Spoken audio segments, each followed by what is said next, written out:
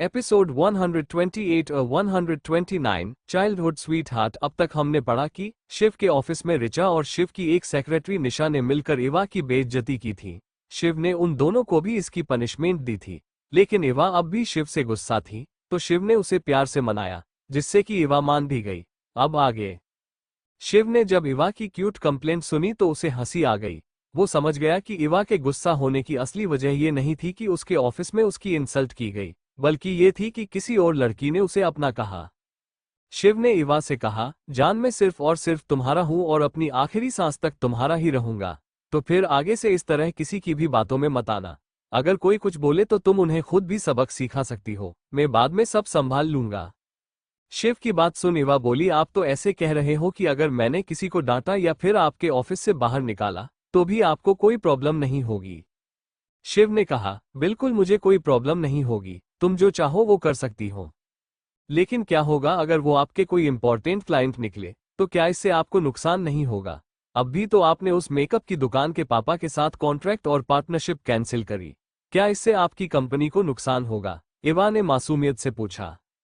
शिव ने जब इवा के मुंह से रिचा के लिए मेकअप की दुकान सुना तो एक पल वो इवा को ही देखता रहा। इवा के चेहरे पर अब भी रिचा के लिए जलन साफ नजर आ रही थी। उसने मुस्कुराते हुए कहा, मिसेज कपूर, शायद आप अपने पति की पॉवर को नहीं जानती। इस तरह की छोटी मोटी चीजों से कपूर इंडस्ट्री पर कोई असर नहीं पड़ेगा। इवा ने शिव का मजाक उड़ाते हुए कहा, आप तो ऐसे कह रहे हो जैसे कि आपकी कंपनी दुनिया की टॉप कंपनियों में आती है। बिल्कुल, शिव ने आगे कहा, कपूर इंडस्ट्री दुनिया के टॉप 3 कंपनियों में आती है।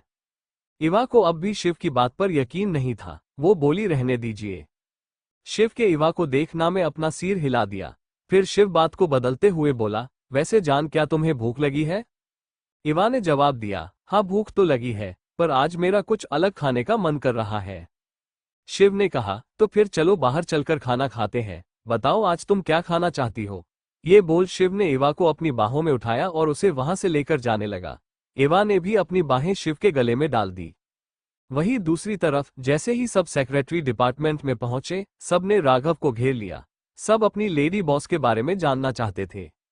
विशाल बोला, सर आपने हमें पहले क्यों नहीं बताया कि बॉस के केबिन में जो लड़की है वो असल में हमारी लेडी बॉस है? मीना डरते हुए बोली, मैंने तो लेडी बॉस को बॉस की चेयर से उठने के लिए भी बोला था। क्या लेडी बॉस मुझसे गुस्सा होगी? क्या अब मेरी जॉब चली जाएगी?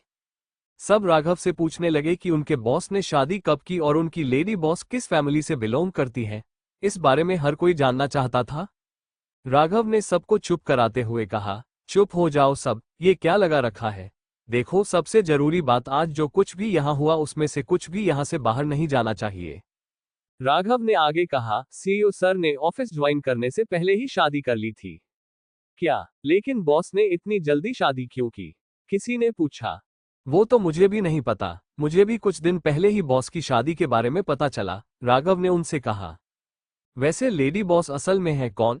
उन्होंने बॉस जैसे खड़ूस इंसान को इतनी जल्दी शादी के लिए कैसे मनाया और बॉस ने भी उनसे शादी की? किसी ने कहा।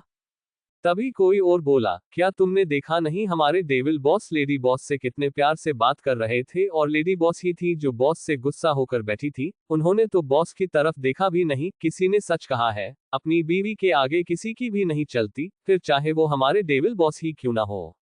राघव ने उन सब से कहा, क्या तुम लोगों ने सिन्हा खानदान की इकलौती प्रिंसेस के बारे में सुना है? विशाल ने कहा, हाँ मैंने इस बारे में सुना है। अफवाह है कि वेद सिन्हा की एक ट्विन सिस्टर है जो कि सिन्हा खानदान की इकलौती प्रिंसेस भी है। मैंने सुना है कि वो विदेश में अपनी पढ़ाई कर रही है, किसी ने कहा। मीना कंफ्यूजन में बोली, लेकिन सर आप अभी उनके बारे में क्यों बात कर रहे हो? राघव ने किसी के भी सवाल का जवाब नहीं दिया, बल्कि वो उन्हें ही देखने लगा। सबने कुछ पल सोचा, फिर उन्हें कुछ रियलाइज हुआ। मीना ने तुरंत कहा, सर आपका मतलब है कि हमारी लेडी बॉस ही सिन्हा खानदान की इकलौती प्रिंसेस है? मीना की बात सुन सब हैरान थे। उन्हें लगा कि आज उन्हें कुछ ज्यादा ही सीक्रेट पता चले हैं। पहले तो उनके बॉस की शादी और अब उनकी लेडी बॉस की आइडेंटिटी, ये दोनों ही उनके लिए किसी सदमे से कम नहीं थे। राघव ने कहा, लेडी बॉस का नाम मिस इवा सिन्हा है और वो वेद सर की ट्विंस नहीं बल्कि वंश सर की छोटी बहन, सिन्हा खानदान की प्रिंसेस। क्या वंश सर की बहन? सर आप मजाक नहीं कर रहे हो ना? मीना तुरंत बोली। राघव ने उनसे कहा, मैं कोई मजाक नहीं कर रहा हूँ, मैंने आज ये सब बातें तुम लोगों को इसलिए बताई ताकि तुम सब आगे से इस बात का ध्यान रखो। याद रखना, अगर एक बार तुमने बॉस को नाराज किया तो भी चलेगा, लेकिन लेडी बॉस को बिल्कुल नाराज मत करना। राघव ने ये बात बहुत सीरियस होकर कही थी। सब लोग राघव की बात अच्छे से समझ रहे थे। उन्होंने कहा, सर हम आगे से इस बात का पूरा ध्यान रखेंगे। उन्हें सब समझाने के बाद राघव भी अपना काम करने चला गया। ऐसे ही 3 दिन बीत गए। इन 3 दिनों में शिव रोज इवा को अपने साथ कपूर इंडस्ट्री में लेकर आता था। इवा वहां अपनी स्टडी और डिजाइन का काम करती थी और शिव अपने ऑफिस का काम संभालता था। अब किसी ने भी इवा के साथ गलत बर्ताव करने की कोशिश नहीं की। राघव से मिली वार्निंग के बाद अब सब उसे अच्छे से ट्रीट करते थे। उन्हें इस बात का भी यकीन हो गया था कि उनके बॉस की बिजनेस मैरिज नहीं है। दरअसल जब उन्हें पता चला कि उनकी लेडी बॉस सिन्हा खानदान की इकलौती प्रिंसेस है, तो उन्हें लगा कि ये एक बिजनेस मैरिज होगी। अक्सर बड़े बड़े खानदान में इस तरह की बिजनेस मैरिज होती रहती थी, लेकिन उन्होंने इन 3 दिनों में अपने बॉस का लेडी बॉस के साथ बर्ताव देखा था कि बॉस लेडी बॉस को कितने प्यार से रखते हैं। तो अब उन्हें लगने लगा कि शायद उनके बॉस और lady boss childhood sweet heart है। अब तो हर कोई उनकी लव स्टोरी जानना चाहता था, लेकिन किसी ने भी उनसे पूछने की हिम्मत नहीं की। अब इवा का पैर भी पूरी तरह से ठीक हो चुका था। वो आज से ही अपने शूटिंग पर जाने वाली थी। शिव को कुछ काम से शहर से बाहर जाना था, तो शिव ने तानी को घर ही बुला लिया था ताकि वो घर से ही इवा के साथ का सके। शिव ने इवा की सिक्योरिटी भी बढ़ा दी थी। इवा जब सेट पर पहुंची तो डायरेक्टर शाह और प्रोड्यूसर खान ने उससे बातचीत की। फिर उन्होंने शूटिंग स्टार्ट की। इसी तरह दिन बीतते गए और अब ड्रामा की शूटिंग लगभग पूरी हो चुकी थी। अब सिर्फ ड्रामा का प्रमोशन और थोड़ी बहुत एडिटिंग ही बाकी थी। शूटिंग के बीच नेहा ने कई बार कोशिश की कि वो डायरेक्टर शाह और प्रोड्यूसर खान की नजरों में इवा को गिरा सके, लेकिन वो कभी भी अपने प्लान में सक्सेस नहीं हो पाए, जिससे कि वो अब फ्रस्ट्रेटेड रहने लगी थी और वो अपनी एक्टिंग में भी ज्यादा ध्यान नहीं दे पा रही थी, जिससे उसे सेट पर अक्सर डांट पड़ती थी। वही इवा को नेहा ही हर चाल के बारे में पता होता था, लेकिन उसने अभी नेहा के खिलाफ कोई कदम नहीं उठाया। उसका प्लान पहले नेहा को थोड़ी फेम मिलने देने का था और फिर उससे उसका सब कुछ छीनना। तो क्या लगता है आपको, क्या इवा नेहा से अपना बदला ले पाएगी? क्या नेहा कभी जान पाएगी कि इवा ही रिया है जिसे उसने मारा था? क्या शिव और इवा की जिंदगी इसी तरह हंसी खुशी बीतेगी, या फिर जल्द ही इनकी खुशियों को किसी की नजर लगने वाली है? लाइक, कमेंट एंड शेयर करना मत भूले। एपिसोड 129 प्रेस कॉन्फ्रेंस में नेहा का सच आया सामने। जब प्रोडक्शन टीम ने देखा कि इवा का चेहरा देखने के लिए लोग कितने पागल हो चुके हैं, तो उन्होंने इस क्रेज को बनाए रखने के लिए इवा का फेस अभी तक रिवील नहीं किया था। प्रोडक्शन टीम ने यह डिसाइड किया था कि वो इवा का फेस इतनी जल्दी रिवील नहीं करेंगे। उन्होंने डिसाइड किया कि ड्रामा के टीवी पर आने के बाद ही इवा का फेस रिवील होगा, ना कि प्रमोशन के दौरान। जब सेकंड और थर्ड ट्रेलर रिलीज हुआ तो इवा की फैन फॉलोइंग और भी ज्यादा बढ़ गई। उन्हें प्रिंस और प्रिंसेस की केमिस्ट्री भी पसंद आई थी। इसी बीच इवा और वेद के कुछ रील भी वायरल हुई जो कि शूटिंग करते टाइम की गई थी। लोगों ने कहा कि वो सच के भाई बहन लगते हैं। अब तो उनकी भाई बहन की जोड़ी भी उतनी ही फेमस हुई जितनी कि इवा और मेन हीरो की। इस बीच किसी ने भी नेहा पर ज्यादा ध्यान नहीं दिया। वो सेकंड फीमेल लीड से एक साइड कैरेक्टर बन गई थी। ड्रामा में भी उसका कैरेक्टर विलन का था, जिससे उसकी फैन फॉलोइंग और भी कम थी। नेहा के मैनेजर ने नेहा को फेम दिलाने के लिए उसके कुछ फोटोशूट किए और उन्हें सोशल मीडिया पर वायरल किया। उसने नेहा की पियानो प्ले करते हुए एक वीडियो भी अपलोड की, जिसमें कि नेहा बहुत अच्छे से पियानो प्ले कर रही थी। तभी एक फैन ने कमेंट किया, मिस नेहा बिल्कुल ही ब्लैक प्रिंसेस की तरह लगती हैं, क्या वो असल में ब्लैक प्रिंसेस है? जल्द ही उसका ये कमेंट वायरल हो गया, क्योंकि ब्लैक प्रिंसेस एक फेमस पियानिस्ट थी, जिसकी हर एक पियानो परफॉर्मेंस को लोग बहुत पसंद करते थे। लेकिन उसने आज तक अपना फेस रिवील नहीं किया था और नहीं कभी उसने पब्लिकली कोई शो किया था, जिससे सब उसके बारे में जानना चाहते थे। अब जब किसी ने कहा कि नेहा शर्मा ही शायद ब्लैक प्रिंसेस है, तो इस बात ने बहुत से लोगों को नेहा की तरफ अट्रैक्ट किया। नेहा की वीडियो के नीचे कमेंट की बाढ़ आ गई। लेकिन ना ही नेहा और ना ही उसकी टीम में से किसी ने इस कंफ्यूजन को दूर किया। दरअसल ये प्लान नेहा की मैनेजर का ही था। उसका प्लान ब्लैक प्रिंसेस की पॉपुलैरिटी का यूज करके नेहा की फैन फॉलोइंग बढ़ाने का था। उसने ही किसी को कहकर फेक आईडी बनाकर ये कमेंट डालने के लिए कहा था, और उसका प्लान काम कर गया। नेहा ने न तो ये माना कि वो ही ब्लैक प्रिंसेस है और नहीं इस बात से इनकार किया, बल्कि उसने एक और वीडियो डाली जिसमें उसने बिल्कुल ब्लैक प्रिंसेस की तरह गेटअप किया था और उसने गाना भी ब्लैक प्रिंसेस के वीडियो वाला प्ले किया, जिससे लोगों को और भी ज्यादा लगने लगा कि नेहा ही ब्लैक प्रिंसेस है। बहुत से ब्लैक प्रिंसेस के फैन भी नेहा को फॉलो करने लगे, जिससे नेहा की फैन फॉलोइंग अचानक से मिलियन में पहुंच गई, जिससे कि नेहा को कुछ ब्रांड के और कुछ एक्टिंग के लिए ऑफर आने लगे। नेहा इस बात से बहुत खुश थी। वो खुशी से सलून में बैठकर खुद का मैनिक्योर पेडिक्योर करा रही थी। कल ड्रामा के प्रमोशन के लिए लाइव प्रेस कॉन्फ्रेंस थी। नेहा इसमें सबसे खूबसूरत दिखना चाहती थी। उसने कल के लिए अपनी स्पीच भी तैयार कर ली थी। उसे अब बस कल का इंतजार था। अगले दिन प्रेस कॉन्फ्रेंस में इवा और वेद साथ में पहुंचे। जब प्रेस कॉन्फ्रेंस स्टार्ट हुई तो सबसे पहले ड्रामा के मेन हीरो से सवाल पूछे गए, जिसका कि उन्होंने बहुत ही अच्छे से जवाब दिया। फिर जब इवा की बारी आई तो एक रिपोर्टर ने कहा, मिस इवा, हमने सुना है कि आपने इस ड्रामा में लीड रोल पाने के लिए अपने कनेक्शन का यूज किया था। इवा ने जवाब देने के बजाय उससे पूछा, क्या आपको इस ड्रामा में मेरी एक्टिंग पसंद नहीं आई? वो रिपोर्टर बोला, नहीं, ऐसी कोई बात नहीं है, बल्कि मुझे तो आपकी एक्टिंग बहुत पसंद आई। तो फिर आपको मेरी ऑडिशन देखना चाहिए था, क्योंकि मैंने अपने ऑडिशन में भी इसी तरह परफॉर्मेंस दी थी, जिससे कि इस ड्रामा के लिए मुझे सिलेक्ट किया गया था।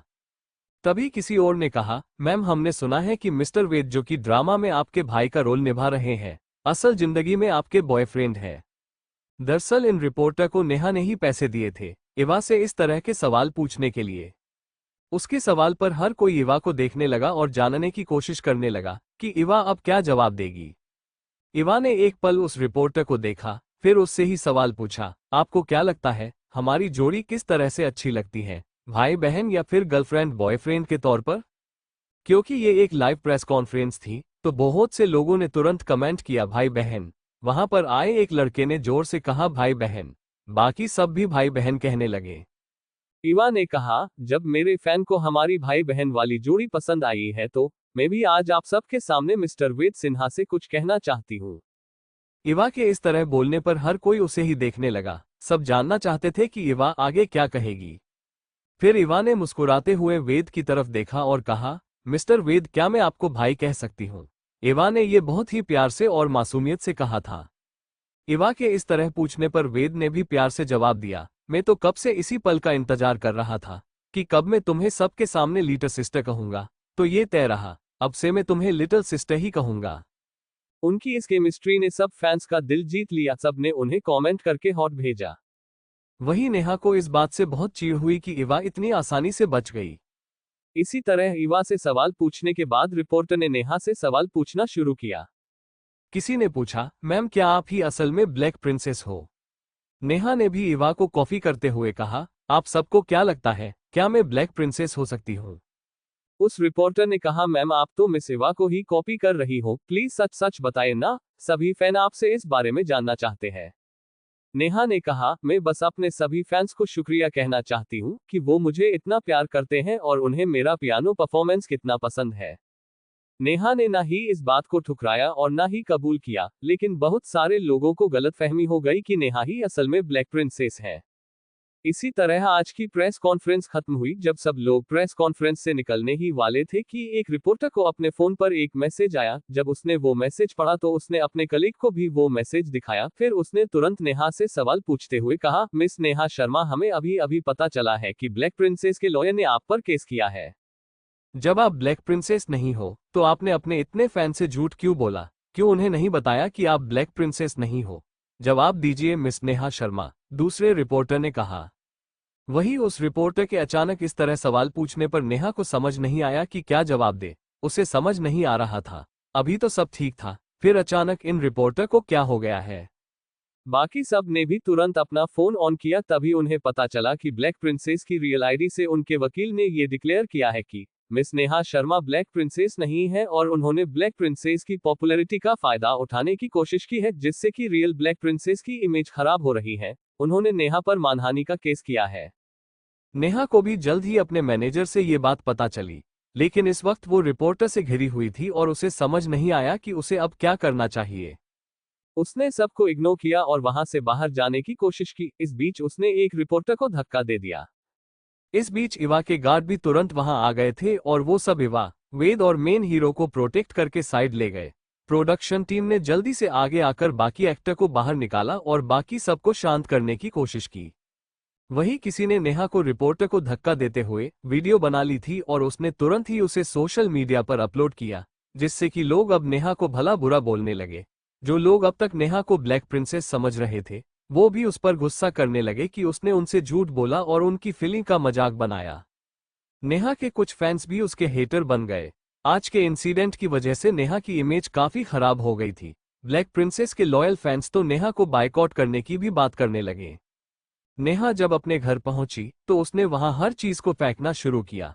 नेहा इस वक्त बहुत गुस्से में थी। उसे कुछ भी समझ नहीं आ रहा था कि आखिर ये सब हो क्या रहा है।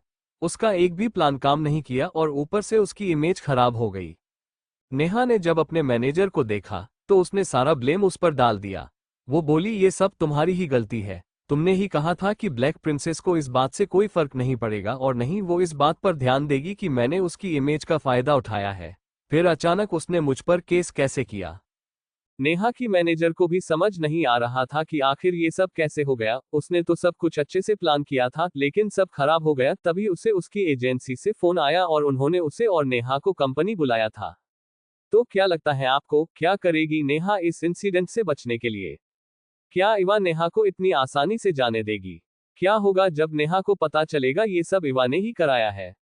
क्या नेहा कभी जान पाएगी इवा के रिया होने का सच? नेहा या फिर इवा, किसकी होगी जीत? क्या होगा आगे इवा की जिंदगी में? इसका क्रेडिट जाता है पॉकेट नॉवल रीडर पर। फिर मिलेंगे, लाइक करें और सब्सक्राइब करें। लाइक, कमेंट एंड शेयर करना मत भूलें।